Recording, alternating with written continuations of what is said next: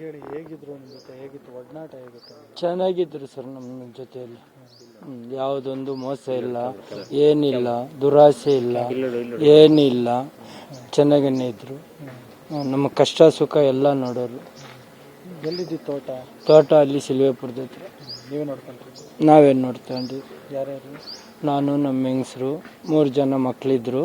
3 ಜನಕ್ಕೂ ಮದುವೆ ಮಾಡಿದ್ರು. ನಾವು ತೋಟಕ್ಕೆಲ್ಲ ಬರೋರು, ವಾರಕ್ಕೆ 15 ದಿವ್ಸಕ್ಕೆ ಬರೋರು. ಬಂದರೆ ಚೆನ್ನಾಗಿ ಮಾತಾಡ್ಕೊಂಡು ಚಿಕನ್ನು ಏನನ್ನ ತಂದು ಕೊಟ್ಟು ಕಷ್ಟ ಸುಖ ಕೇಳ್ಕೊಂಡು ಹೋಗೋರು.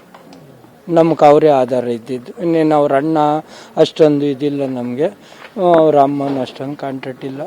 ನಮ್ಮ ಕಷ್ಟಕ್ಕೆ ಸುಖಕ್ಕೆ ಕಾಯ್ತಾ ಇದ್ದಿದ್ದು ಅವರೇನೆ. ಒಂದು ಆಸ್ಪತ್ರೆಗಾಗಲಿ, ಇನ್ನೊಂದಕ್ಕಾಗಲಿ, ಮತ್ತೊಂದಕ್ಕಾಗಲಿ ಏನೇ ಪ್ರಾಬ್ಲಮ್ ಇದ್ರೂ ಅವರೇ ನಮ್ಮನ್ನು ನೋಡ್ತಾ ಇದ್ದಿದ್ದು. ನೀವು ಮದುವೆಗೆ ಹೋಗಿದ್ರಿ? ಮದುವೆಗೆಲ್ಲ ಹೋಗಿದ್ರಿ. ಬಟ್ಟೆ ಕೂಡ ಕೊಡಿಸಿದ್ದಾರೆ. 2 ಜೊತೆ ಬಟ್ಟೆ ನನಗೆ ತಕ್ಕೊಟ್ಟವ್ರೆ. ಮನೆಯಲ್ಲೇ ಐತೆ ಸರ್, ಹಿಂಗೆ ಮಾಡ್ತಾರೆ ಅಂತೇಳಿ ಮೊನ್ನೆ ಫೋನ್ ಮಾಡಿದ್ದೆ ನಾನು. ಶ್ರೀಲಂಕದಲ್ಲಿದ್ದೀನಿ ವೆಂಕಟಪ್ಪ, 25ನೇ ತಾರೀಕು ಬರ್ತೀನಿ ಅಂತ ಹೇಳಿದ್ರು.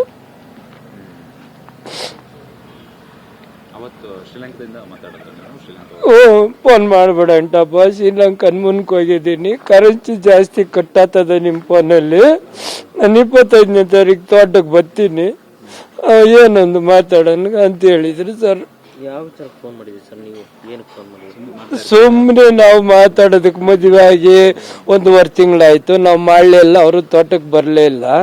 ಅದ್ರ ನಿಂಕ ಏನ್ ಮಾಡ್ತಾ ಇದ್ದೀರಪ್ಪ ಅಂತ ಕೇಳಾಕ ಫೋನ್ ಮಾಡ್ತೇವೆ. ಒಂದೇ ಒಂದ್ಸಾರಿ ಬಂದಿದ್ರು, ಫ್ಯಾಮಿಲಿ ಬಂದಿದ್ರು, ಜೊತೆಲಿ ಬಂದು ಕಾರಲ್ಲಿ ತೋಟದಲ್ಲೆಲ್ಲ ಸುತ್ತಾಡ್ಕೊಂಡು ಕೂತ್ಕೊಂಡು ಒಂದು 5 ನಿಮಿಷ. ಆಮೇಲೆ ಹಂಗೆ ಹೋಯ್ತೀನಿ, ಕೆಲಸ ಐತೆ, ಅಮ್ಮ ಕರೀತಾರ ಅಂತ ಹೇಳಿದ್ರು. ಅದಕ್ಕೆ ನಾನು ಬೇಡ ಇರಪ್ಪ, ಬಂದಿದ್ದೀರಿ, ಒಂದು ಎಳ್ನೀರು ಕಿತ್ಕೊಡ್ತೀನಿ ಅಂತ ಎಳ್ನೀರು ಕೊಚ್ಚಿ ಕಿತ್ತು ಕೊಟ್ಟು ಕುಡಿದು ಹಂಗೆ ಹೋದ್ರು ಸರ್.